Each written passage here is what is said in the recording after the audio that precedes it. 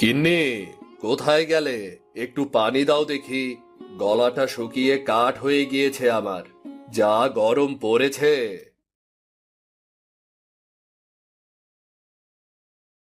নাও পানি, ভাতও এনেছি, খেয়ে নাও।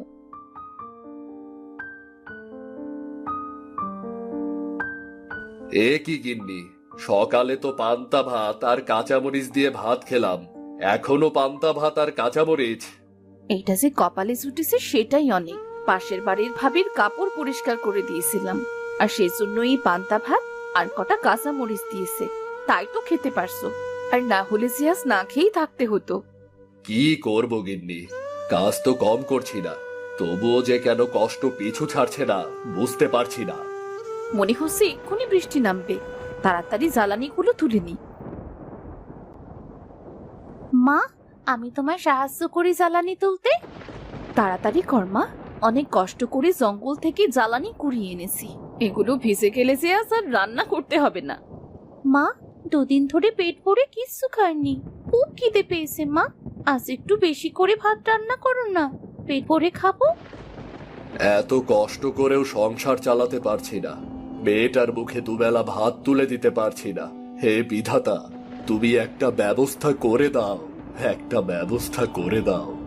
মন খারাপ করো না বাবা, দেখবে একদিন আমাদের সব অভাব চলে যাবে। তোরা তাড়াতাড়ি ঘরে যা, দেখ বৃষ্টি শুরু হয়ে গিয়েছে। গিন্নি, দেখো কেমন ঝড় হচ্ছে। এমন ঝড় হলে তো আমাদের ঘর ভেঙে যাবে। এমন অলক্ষণে কথা বলো না, বিধাতাকে স্মরণ করো, তিনি একটা ঠিক ব্যবস্থা করে দেবেন। রমেশ, রূপা, সোনালী যখন গল্প করছিল, তখন তাদের বাড়িতে অনেকগুলো হাঁস এসে ডাকতে শুরু করে। বাবা মা, দেখো না, কত সুন্দর সুন্দর হাঁস এসেছে আমাদের বাড়িতে। বলি বাবা, আমরা যদি হাঁস চাষ করি তাহলে কেমন হয় বলো?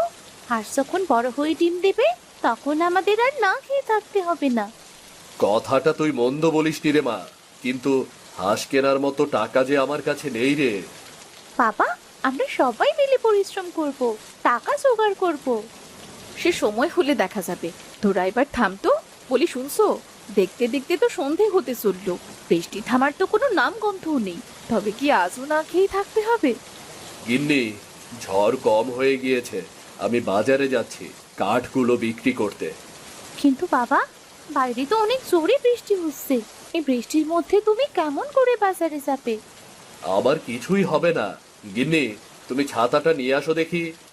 তোমাকে আর এই বৃষ্টির মধ্যে বাজারে গিয়ে কোনো কাজ নেই। আমি সীমা ভাবির বাড়িতে গিয়ে দেখছি দুটো চাল জোগাড় করতে পারি নাকি।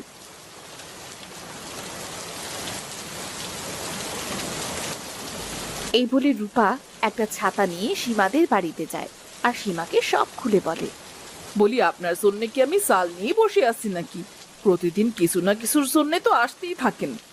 আসলে ভাবি, বৃষ্টির জন্য আপনার ভাই কাঠ বিক্রি করতে যেতে পারেনি, কিন্তু আপনি তো ঠিক চাল নিতে চলে এসেছেন। বলি আমি কোনো চাল দিতে পারবো না, সকালে রান্না করা কিছু ভাত আর তরকারি আছে, গরুকে দেবার জন্য রেখেছিলাম, আপনি বরং সেটাই নিয়ে যান। ঠিক আছে ভাবি, আপনি বরং সেটাই দিন।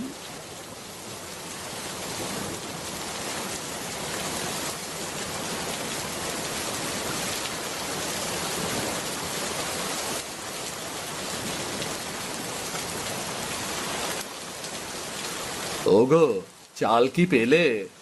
না, সীমা ভাবি চাল না দিয়ে অনেক অপমান করেছে, তবে সকালের কিছু বাসি ভাত দিয়েছে। আজ বরং এটা খেয়েই দিন কাটিয়ে দাও। আমার জন্য তোমাদের কত কথাই না শুনতে হয়। না, এবার থেকে আমাকে আরো পরিশ্রম করতে হবে।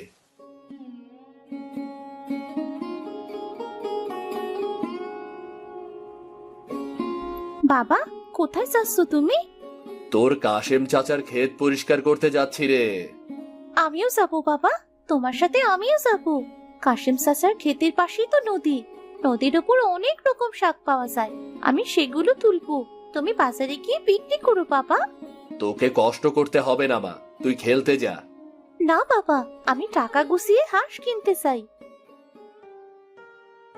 মেয়েটা মন্দ বলেনি, আমিও মানুষের বাড়িতে কাজ করব। সবাই মিলে কাজ করলে হাঁস কেনার ঠিক একটা ব্যবস্থা হয়ে যাবে। আচ্ছা ঠিক আছে, তবে চল তুই আমার সাথে।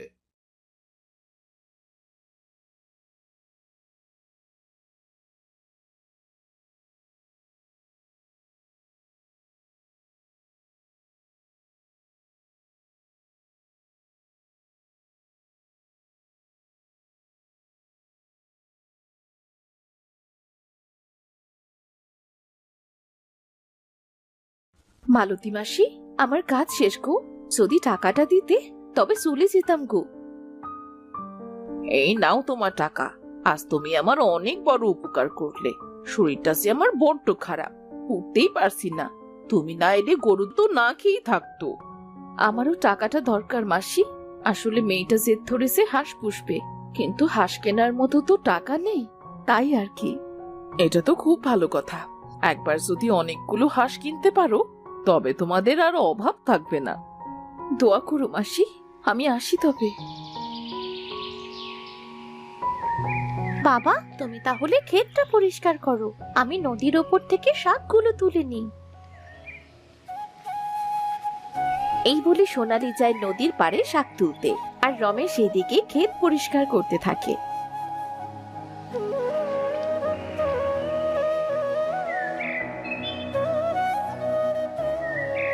বাবা, আমার শাক তোলা হয়ে গিয়েছে।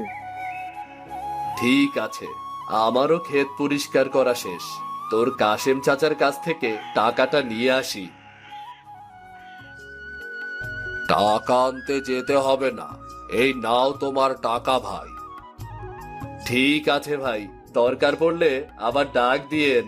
আমি আজ আসি তবে।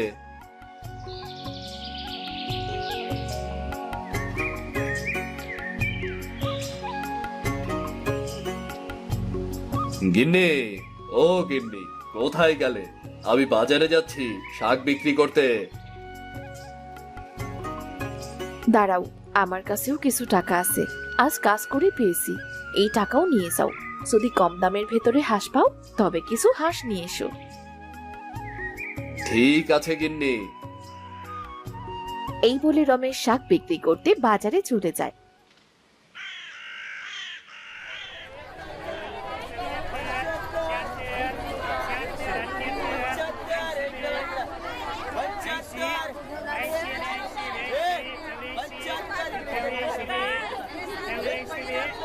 কিছুক্ষণের ভেতরেই রমেশের সব শাক বিক্রি হয়ে যায়। বিধাতার অশেষ রহমতে সব শাক বিক্রি হয়ে গেল। ওই তো একটা লোক হাঁসের বাচ্চা বিক্রি করছে। আমার কাছে যা টাকা আছে সেটা দিয়ে তো আর বড় হাঁস কেনা যাবে না। আমি বরং হাঁসের বাচ্চা কিনে নিয়ে যাই। বলছি দাদা, এই হাঁসের বাচ্চাগুলোর দাম কেমন? আজ আমি কম দামে হাঁস বিক্রি করছি। আপনি এই 15টা হাঁসের বাচ্চা 800 টাকা দিয়ে নিতে পারবেন। দাদা, আমার কাছে তো 800 টাকা হবে না, সব মিলিয়ে 710 টাকা আছে। আপনি বরং আমাকে দুটো কমিয়ে দিন, কেমন? এতে আমার লস হয়ে যাবে। আচ্ছা ঠিক আছে, তবে আপনি 13টা বাচ্চাই নিন, কেমন? এই নিন দাদা আপনার টাকা, আমি আসি তবে।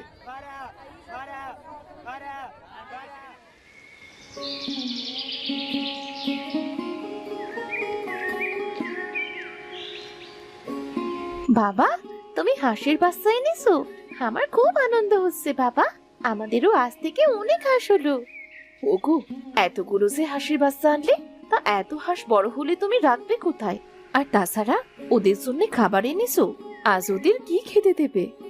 না গিন্নি, হাঁস কিনে সব শেষ হয়ে গিয়েছে। আচ্ছা মা, আমি হাঁসগুলোকে ছেড়ে দিয়ে চারপাশটা ঘুরিয়ে নিয়ে বেড়াই। ওরা পোকামাকড় কুটে কুটে খাবে, আর কাল একটা ঠিক ব্যবস্থা করা যাবে। তবে তুই দেখ, কিছু খাওয়াতে পারিস নাকি? লতা ভাবির কাপড় পরিষ্কার করে দেওয়ায় সে কিছু চাল দিয়েছে, আমি বরং সেটাই রান্না করি। এই বলে রূপা রান্না করতে চলে যায়, আর সোনালি হাঁসের বাচ্চাগুলোকে ছেড়ে দেয় পোকামাকড় খাওয়ানোর জন্য। হাঁসের বাচ্চা কিছু না খাওয়ায় সোনালি ঘরে চলে যায়। এই ফাঁকে হাঁসের বাচ্চাগুলো হাঁটতে হাঁটতে একসময় সোনালিদের বাড়ির পাশের পুকুরে চলে আসে। মা, ও মা, হাঁসের বাচ্চাগুলোকে যে কোথাও দেখছি না, ওরা গেল কোথায় সব? ওদের কোথায় রেখে গিয়েছিলি? কত আশা করে নিয়ে এসেছিলাম ওগুলোকে, সেই আশা বুঝি আর পূর্ণ হলো না। আসলে মা, হাঁসের বাচ্চাগুলো কিছুই খাচ্ছিল না, তাই ঘরে গিয়েছিলাম ওদের খাবার মতো কিছু আছে কিনা তাই খুঁজতে। এসে দেখি। আরে মেয়েটাকে বকাবকি না করে তাড়াতাড়ি হাঁসগুলো খোঁজো, না হলে যে শেয়াল কুকুরে ধরে খাবে।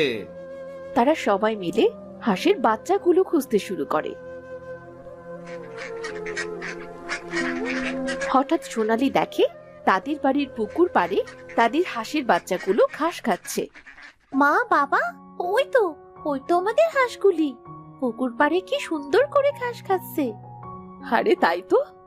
মা, এখন থেকে আর হাঁসের চিন্তা করতে হবে না, এই পুকুর পাড়ের ঘাস খেয়ে ওরা বড় হবে।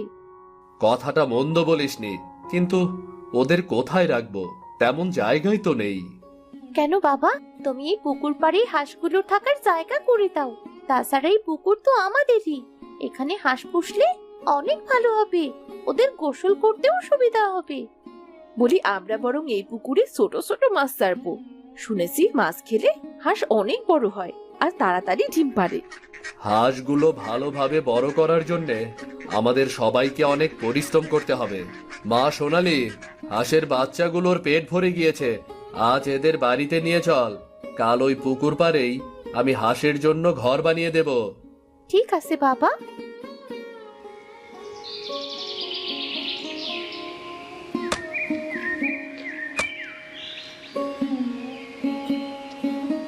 খুব সুন্দর হয়েছে ঘরটা, বাড়ির সামনে সব সময় দেখাও যাবে।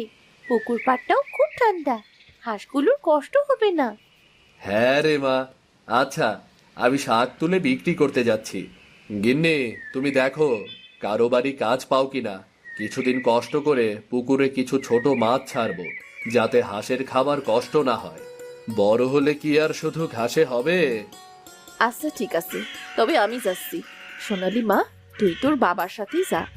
এই বলে রূপা কাজ খুঁজতে চলে যায়। রমেশ আর সোনালি শাক তুলে বিক্রি করে, পুকুরে মাছ ছাড়ে। পুকুরের ওপর থেকে ঘাস আর পুকুর থেকে মাছ খেয়ে তাদের হাঁস অনেক বড় হয়ে যায়। আরে রমেশ ভাই, তুমি দেখি পুকুর ভরে হাঁস পুষতে শুরু করেছো। সেদিন যে হাঁসের বাচ্চা কিনেছিলে, সেটা সেই হাঁস না? হ্যাঁ ভাই, আসলে হাঁস পুষবার মতো তেমন জায়গা আমার নেই, তাই তো পুকুর পাড়েই হাঁসের খামার দিয়েছি। ওদের খাবার কেনার মতো টাকা নেই, এই পুকুরেই হাঁসগুলো সবসময় থাকে। ঘাস আর মাছ খেয়ে বাঁচে ওরা। কি বলছো? ঘাস আর মাছ খেয়ে তোমার হাঁস এত বড় হয়ে গিয়েছে? হ্যাঁ ভাই, দেখবে এবার তোমার সব অভাব কেটে যাবে। তোমার হাঁস খুব তাড়াতাড়ি ডিম দেবে।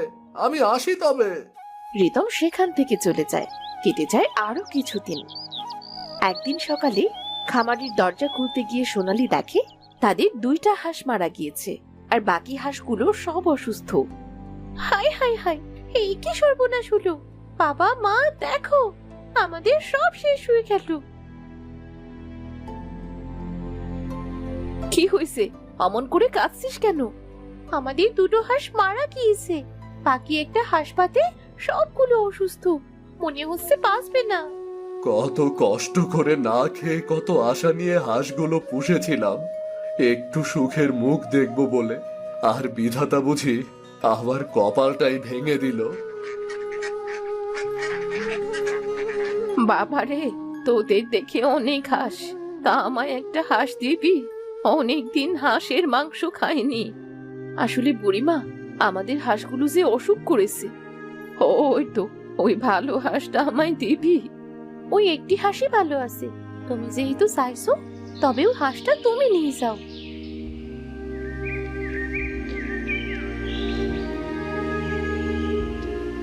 তোদের মন অনেক বড়, একটা হাঁস বাঁচবে জেনেও সেটা আমায় দিয়ে দিলি। একটা হাঁস দিয়ে আর কি হবে বুড়িমা?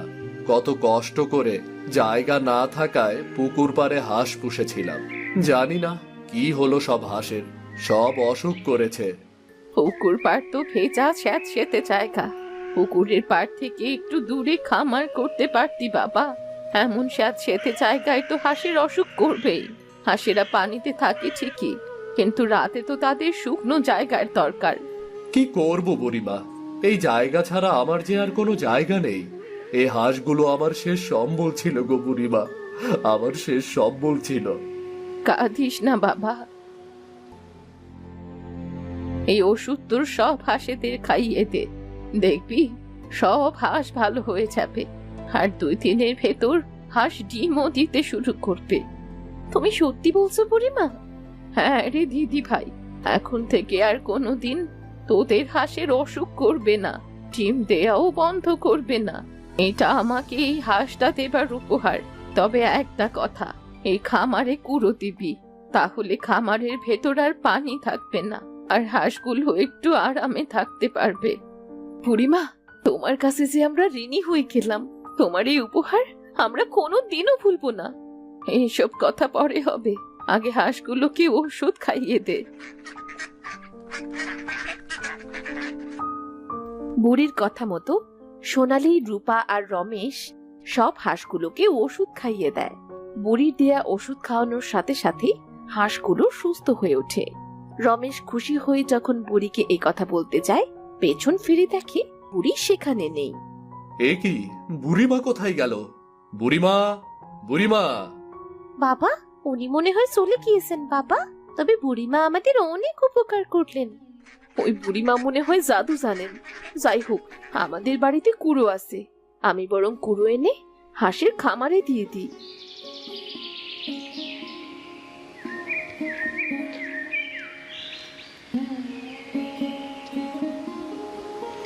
রূপা বাড়ি থেকে কুড়ো এনে হাঁসের খামারে দিয়ে দেয়। 2-3 দিন পর সোনালী পুকুর পাড়ে গিয়ে দেখে সেখানে অনেকগুলো ডিম। মা, বাবা, তোমরা দেখে যাও, আমাদের হাঁস পুকুর পাড়ে ডিম দিয়েছে। সত্যি তো? বুড়িমার কথা সত্যি হলো। বাবা, এখন থেকে আমাদের এই হাঁস আর ডিম পাড়া বন্ধ করবে না। এখন থেকে আমাদের সব অভাব চলে যাবে বাবা। তুই ঠিক বলেছিস মা। আমি ডিমগুলো বিক্রি করে বাজার করে আনি। এখন থেকে আর আমাদের না খেয়ে থাকতে হবে না রে মা।